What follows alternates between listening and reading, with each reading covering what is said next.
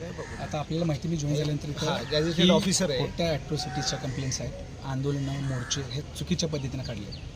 आज आदिवासी मुलांना आमच्या शिकवण्यासाठी मी जेवढे प्रयत्न करायचे ते जोरदार प्रयत्न करणार. ज्या लोकांना शाळेमध्ये राहायचं नाही ती लोकं अशा पद्धतीनं काही करत असतील, परंतु माझा 90% स्टाफ चांगला आहे. मी उत्कृष्ट शिक्षक म्हणून माझे पुरस्कार मी आमच्या लोकांना पण दिलेले आहे. परंतु काही जर चुकीच्या पद्धतीने करत असतील तर ते कारवाईस पात्र आहेत. माझी कारवाई थांबणार नाही, मी अशाच पद्धतीने करणार.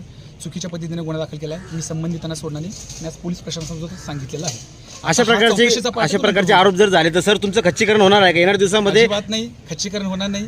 हे अशा खोट्या गुन्ह्यांनी काही फरक पडणार नाही आहे. हे चौकशीमध्ये सिद्ध होईल.